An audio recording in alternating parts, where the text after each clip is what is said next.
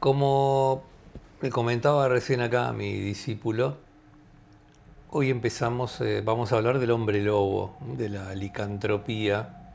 Y después, bueno, voy a cerrar el tema con un apéndice con casos documentados o mencionados en Argentina, desde crónicas folclóricas hasta investigaciones policiales, testimonios de vía oral.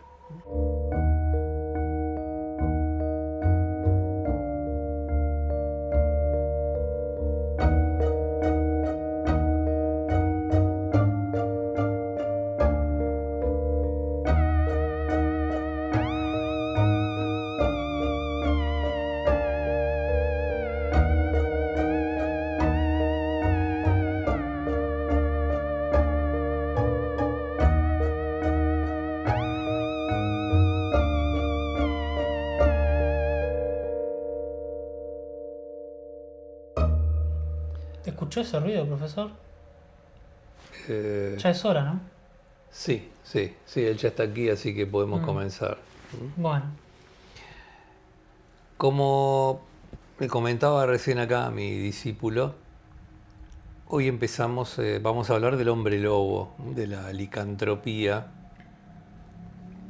Y es muy interesante la figura del hombre lobo vista desde el punto de vista del arquetipo, ¿m? Porque es uno de los más antiguos en el imaginario humano, está presente en Europa, Asia, África, América, y es una idea, un concepto que articula el conflicto entre lo civilizado y lo salvaje, que late en todo ser humano. Todos tenemos un lado salvaje. Y de todas las criaturas sobrenaturales, el hombre lobo, el licántropo, es quizá la más ambigua porque no es un monstruo exterior, sino un desgarro interior. No proviene del cielo, del inframundo, nace del interior del ser humano, mostrando toda su animalidad. Así que vamos a desarrollar este fenómeno, su historia, los registros históricos, así si hay o no hay, alguna interpretación esotérica y también la visión de la ciencia moderna por parte de la psiquiatría, antropología, medicina y psicología social para interpretar los episodios de licantropía clínica, es una enfermedad declarada. Y después, bueno, voy a cerrar el tema con un apéndice con casos documentados o mencionados en Argentina, desde crónicas folclóricas hasta investigaciones policiales, testimonios de vía oral. Vamos a comenzar con un análisis del término. Licantropía proviene del griego, likos es lobo y anthropos es hombre. Y para los griegos designaba tanto la transformación real del cuerpo como un estado psíquico en que el sujeto creía haberse convertido en un lobo. Esta doble dimensión física y espiritual perdurará a través de los siglos. En la conceptualización moderna, la licantropía se distribuye en tres categorías principales. Mitológica, donde hay una transformación física real, con un potencial mágico o maldito, propia del ámbito folclórico y religioso. Licantropía ritual o chamánica, que habla de una metamorfosis espiritual o simbólica empleada por chamanes y brujos para asumir la fuerza de un animal, en este caso totémico. Y la licantropía clínica, un trastorno psiquiátrico reconocido, en el cual la persona cree firmemente haberse transformado en un lobo u otro animal. Estas tres dimensiones dialogan entre sí, pues la construcción cultural del lobo como símbolo influyó tanto en rituales como en patologías. El lobo viene acompañando al ser humano desde muy antiguo, probablemente desde el Paleolítico y antes también. Algunos antropólogos hablan de entre 60 y 100.000 años, momentos en que lobos y hombres comenzaron a compartir presas, a cazar juntos. Y de algún modo eso lleva a que aparezca en escenas de arte rupestre, como las que pueden contemplar en la foto. Muchas de ellas están representadas en cavernas, ¿no? Donde vemos ahí a los lobos actuando en colaboración con los seres humanos. En Egipto y Mesopotamia también existen referencias a dioses lobo como Upuhaut, ese que ven ahí, guía de las almas en Abidos. En Mesopotamia, relatos acadios mencionan brujos capaces de transformarse en lobos para atacar a viajeros nocturnos. En Grecia, la cultura griega ofrece uno de los mitos fundacionales. El rey Licaón, castigado por Zeus por haber servido carne humana en un banquete. Zeus, muy enojado, lo transformó en lobo, estableciendo la asociación entre la hubris, es decir, los límites del ser humano, la antropofagia y el castigo metamórfico. Interesante, profesor. Me está haciendo acordar, muchas películas que representan esto, ¿no es cierto? Exactamente. Todo lo que es el cine ha venido trabajando, desde sus inicios, sin lugar a dudas, la cuestión mitológica, o menos de la forma en que está concebido hasta ahora, ¿no es cierto? Lo que viene hablando. Tenemos, para hacer un pequeño raconto, primero vamos a saludar por aquí, que también ahí nos saluda, dice tremendo tema, dice poetisa misteriosa, le mandamos un saludo.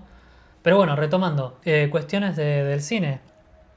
Ya desde lo que es el cine mudo, profesor, tenemos interpretaciones y adaptaciones, ¿no es cierto?, de esto de El Hombre Lobo, y una versión de 1913, silente por supuesto, se considera perdida como gran parte de lo que tiene que ver con fílmico previo a la Segunda y sobre todo Primera Guerra Mundial, por una cuestión de, pueden ser guerras y otro montón de cosas, pero sobre todo también porque el material era muy inflamable, muy fácilmente se degrada y bueno, es difícil volver a recuperarlo, ¿no es cierto? Con lo cual hay muchas películas de aquella época que se consideran perdidas. Sin embargo, ya después, entrado el cine sonoro por el 35, está el lobo humano, mejor dicho, un hombre lobo en Londres, que es una historia relativamente interesante, de un botánico que tiene que ir al Tíbet a descubrir acerca de una flor que nace exclusivamente sobre la luna y una cuestión así, y suceden cosas, obviamente, es atacado por un hombre lobo y después sucede el resto de la historia. Pero la más conocida, si mal no recuerda, profesor, que seguro que usted la vio de pequeño, es El Hombre Lobo, la del año 41, donde está nada más y nada menos que Lon Chaney, y está también incluso Bela Lugosi, están actuando ahí en la película. Es la época dorada, podríamos decir, de todo lo que es el cine de monstruos de parte de la Universal entre los años 30 y los 40, y un poquito más también. Entonces tenemos, como habíamos mencionado antes, Drácula, El Hombre Lobo, está El Monstruo del Lago Ness, Frankenstein, hay un montón de películas. La momia. La momia, sí, todas de la mano de la Universal, que se dedicaba como a meterse en ese nicho de cine de monstruos. Así que recomendamos fuertemente, si quieren ver un clásico de terror, El Hombre Lobo del año 41, por supuesto. Sí, una de las primeras transformaciones, ¿no? Sí, también. En cámara, tratando de con los efectos de la época, bastante bien logrado para ese momento también, sí, para sí. la aclaración. Asustaba. Sin embargo, la mejor transformación hasta la fecha es de una película de los 80, Sí. que se llama Aullidos o The Howling. Muy interesante, de hecho hay una reseña que usted hizo hace un tiempo, y es considerada a día de hoy, a nivel de efectos especiales, la mejor transformación de Hombre Lobo en películas. O sea, la mejor, no hay otra mejor hasta ahora. Siguiendo un poco ahora con la temática del día de hoy, vayamos a Roma. Los romanos heredaron las creencias llamando versipelis al hombre capaz de cambiar de piel. Petronio refiere en el Satiricón una escena clásica donde un soldado se transforma en lobo ante sus compañeros. Es muy, muy interesante. Y Plinio el Viejo recoge también múltiples testimonios de metamorfosis, en este caso vinculadas a la hechicería. En la Edad Media, el hombre lobo se podría decir que pasa a ser un fenómeno social. ¿Por qué? Porque consideró que el hombre lobo se convirtió de algún modo en símbolo del demonio, de la gula, la ferocidad, la desobediencia, la ira también podríamos decir. Entonces la licantropía pasó a ser vista como una forma de posesión diabólica. Incluso se juzgaba a ciertas personas acusándolas de estar poseídas y bueno, se las castigaba por ello. El Renacimiento registra algunos de estos casos más célebres de persecución.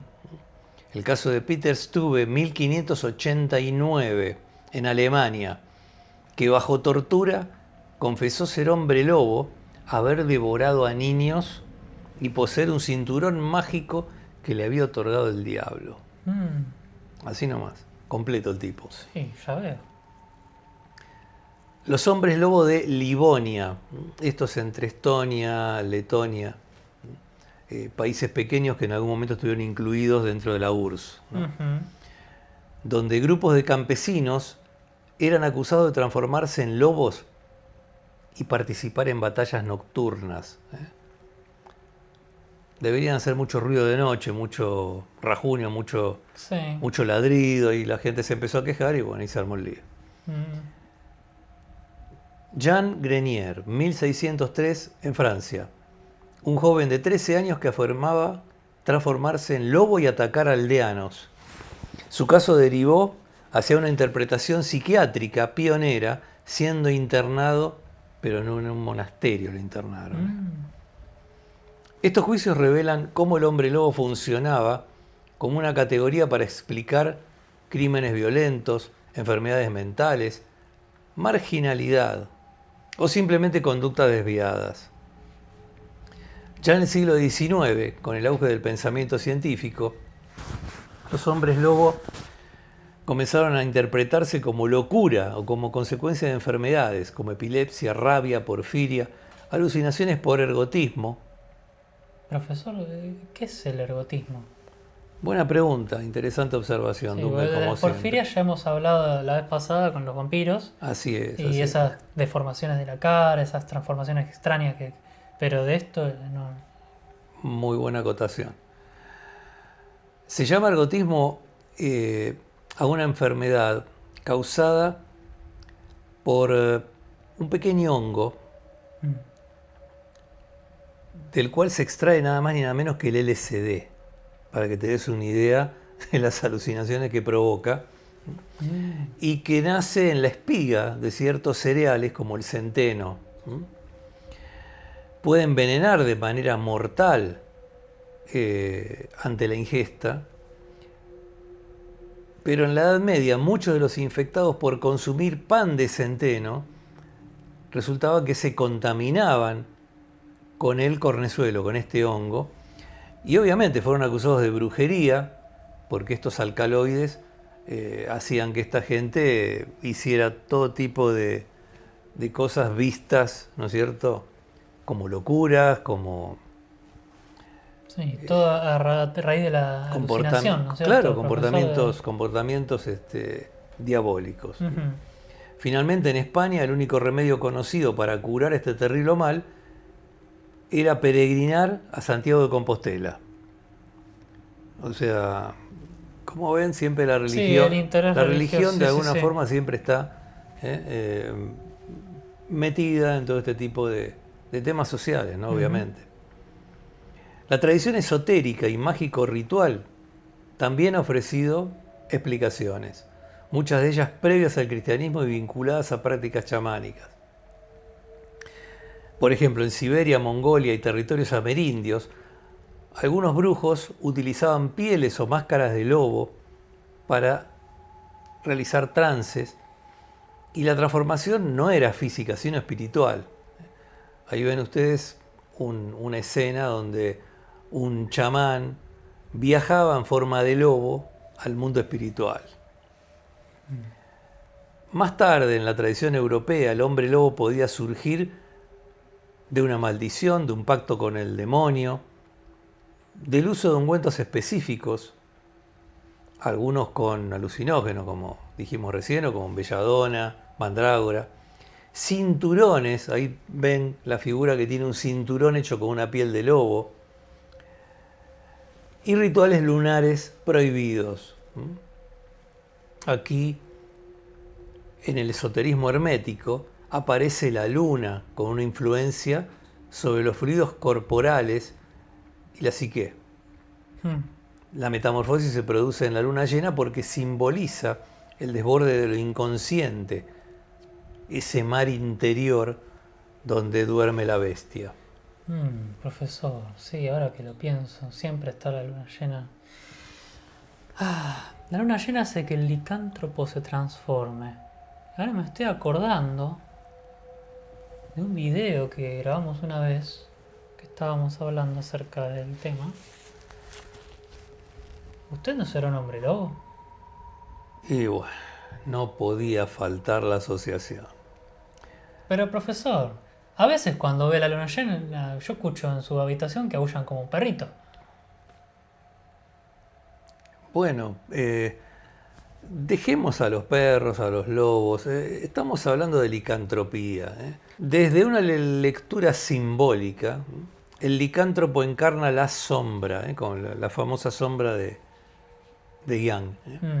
El conjunto de impulsos reprimidos que el individuo no reconoce en sí mismo. La transformación sería una irrupción violenta del inconsciente.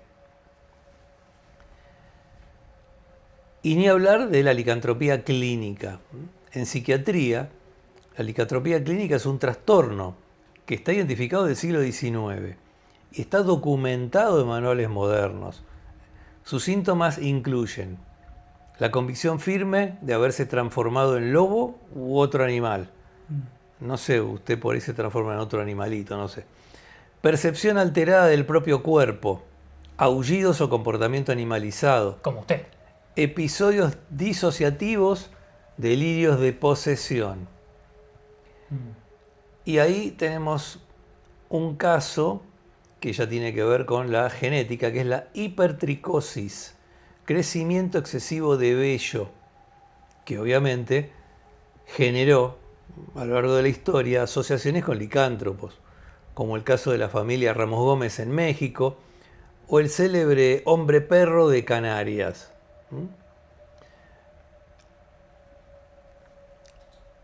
Pueden ver ahí, Profesor. algunos tienen que visitar una peluquería muy asiduamente. Sí, ya veo. Ahí está la mujer loba. Real, una foto real. Sí, bastante interesante, profesor. Tendría que verlo usted, o sea, fotografiarlo a ver cuando empieza a aullar de noche en su pieza. Continuando con las patologías clínicas que se asocian con la licantropía, la rabia, una enfermedad que hoy ya, gracias a Dios, está prácticamente erradicada de la sociedad humana, transmitida, ¿no es cierto?, básicamente por perros, por animales domésticos al ser humano, provoca agresividad, espasmos, hipersensibilidad a la luz y tendencia a morder. En Europa medieval, los brotes de rabia en humanos tranquilamente pudieron reforzar esta especie de leyenda, ¿no es cierto?, de los hombres lobo. Vamos a hablar un poquito de hombres lobo en Argentina, porque aunque Dunque no lo crea, hay documentos que muestran algunos casos sospechosos de licantropía acá en Argentina. La versión rioplatense del licántropo. Nosotros nunca podemos estar atrás de estas cosas. Especialmente en la región litoral, el lobizón comparte rasgos con el hombre lobo europeo, pero con algunos elementos propios. En la tradición guaraní se creía que el séptimo hijo varón de una familia era maldito y se transformaba en lobizón los viernes por la noche. De aspecto híbrido, cuerpo humanoide pero cubierto de pelo ralo, rostro alargado, orejas puntiagudas, camina encorvado a cuatro patas, frecuenta basurales y cementerios, es amigo suyo, Ay, vamos con proyecta eso. un olor nauseabundo, teme a objetos consagrados, se alimenta de carroña y de animales menores. Vamos de vuelta con los cementerios. Insiste con el cementerio. Además, encima ahora de que quiere que vaya a un cementerio, para colmo me dice que los hombres lobo también buscan cadáveres para alimentarse de los cementerios. Por eso ¿Qué quiere? ¿Que vayamos a un cementerio a encontrarnos con un hombre lobo? usted tiene todos los elementos ahí, Dunkel, para pasarla bien en el cementerio. Ah, así sí, que, claro. de hecho, Usted porque quiere visitar a, no sé, a su séptimo hermano lejano perdido por ahí y que quedó maldito, como dice la tradición. ¿no le gustaría ver dónde están las tumbas de Anacleta y Cucufata, que las tiene ahí adelante? Por Seguramente se los comió su pariente lejano. favor. No lo sé, Bueno. no lo sé. La cuestión es que con esto, ya que dice el del séptimo hijo varón, esa creencia originó la tradición presidencial que da el padrinazgo a los séptimos hijos para evitar el infanticidio, ya no solo la persecución, sino también que mataran a la pobre criatura directamente. Algunos casos mencionados por la prensa en Argentina. Año 1906 en Corrientes, El lobizón del pago de los deseos, un relato que algunos folcloristas locales utilizaron y que varios vecinos afirmaban haber visto un hombre bestia rondando corrales. Se describe al ser como delgado, oscuro, con un bramido, ahí lo tiene, mire, un bramido similar al llanto humano. La policía realizó rastrillajes y halló huellas profundas e irregulares. Año 1922, en Misiones, en una colonia agrícola cercana a Apóstoles, colonos ucranianos denunciaron ataques a gallineros por una criatura robusta, bípeda, que huía dando grandes saltos. Allí se mezclaron un poco tradiciones europeas del Volkodlak con el lobizón local, generando un sincretismo único. 1955, el lobizón de Villaguay. Durante varias semanas, vecinos reportaron un perro del tamaño humano que cruzaba los campos durante la medianoche. Un periódico local publicó testimonios y, como en otros casos, se atribuyó la aparición al séptimo hijo de una familia de campos cercanos. 1967, El mono lobo de Tafí Viejo. Crónica policial que menciona la persecución de una criatura descrita mitad hombre, mitad animal, que corría a cuatro patas. Algunos informes lo vincularon a un fugitivo que vivía en el monte. Otros insistieron en la naturaleza sobrenatural. Profesor, esto me recuerda a que hace años se hablaba mucho de este fenómeno del chupacabras. Todo el mundo contaba historias acerca del chupacabras. Me imagino que debe tener algún tipo de vinculación o relación. Sin duda, sin duda. El chupacabras es un mito. Ya se sabe que está totalmente inventado y que se le atribuye también un animal humanoide con espinas en el lomo, mucha imaginación y pocas pruebas, y eso es lo que llevó a desestimar un poco todo lo que se diga y se dice todavía del chupacabra. En fin, el fenómeno de la licantropía, lejos de ser un residuo supersticioso, constituye un espejo profundo de la naturaleza humana. Desde los antiguos ritos chamánicos hasta los diagnósticos psiquiátricos del siglo XXI, se ve representada la pulsión dual que habita en cada ser humano, el deseo de pertenecer al orden civilizado y, por otro lado, la atracción hacia lo salvaje, lo instintivo, lo nocturno. La historia, el folclore, la magia, la ciencia ofrecen caminos distintos pero complementarios para comprender el mito del hombre lobo. Y en Argentina, donde conviven tradiciones europeas con raíces indígenas, la figura del lobizón revela la riqueza simbólica y la persistencia cultural de un arquetipo que sigue aún hoy rondando nuestras noches más oscuras. Así que le recomiendo, Dunkel, que las noches de luna llena esté preparado. Ajá, que esté preparado, sí, sí. Entonces dígame, ¿cómo me protejo de un hombre lobo, profesor, si se me aparece alguno por ahí? Además, más allá, no me va a decir, quédese en su casa cuando hay luna llena. Eso es lo obvio. Bueno, pensándolo bien, le podemos dar unas recomendaciones, ya que le voy a dar a usted, para que tomen nota qué pueden hacer para protegerse del hombre lobo. Las principales debilidades del hombre lobo son las armas de plata. Así que usted, si tiene una cucharita de plata, mejor busque un tenedorcito, un cuchillito de plata, téngalo a mano. Hay una hierba, la hierba lobuna, tiene que ir a una herboristería a preguntar, que a los lobos no les gusta el olor de esa hierba. También le tienen miedo al fuego, a la decapitación o destrucción del corazón. La plata les puede causar un daño permanente, anular su regeneración e incluso matarlos. Mientras que la hierba lobuna les provoca debilidad y alucinaciones.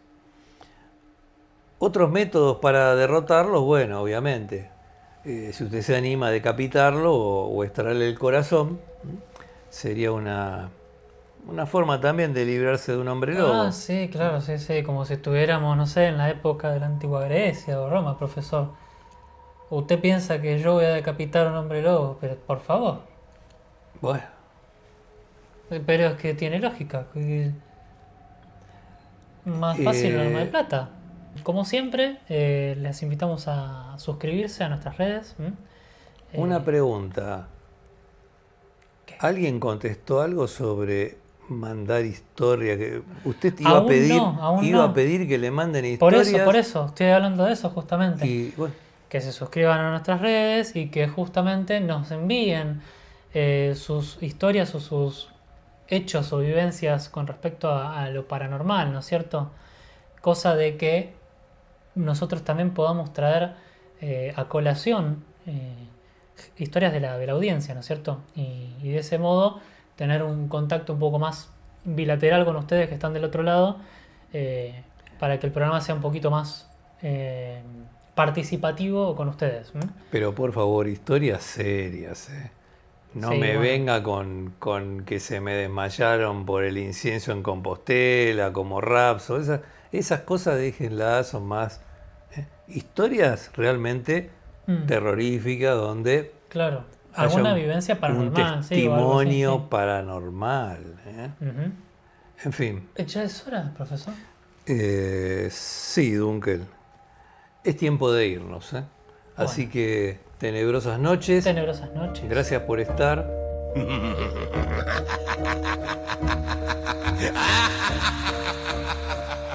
Ha ha ha!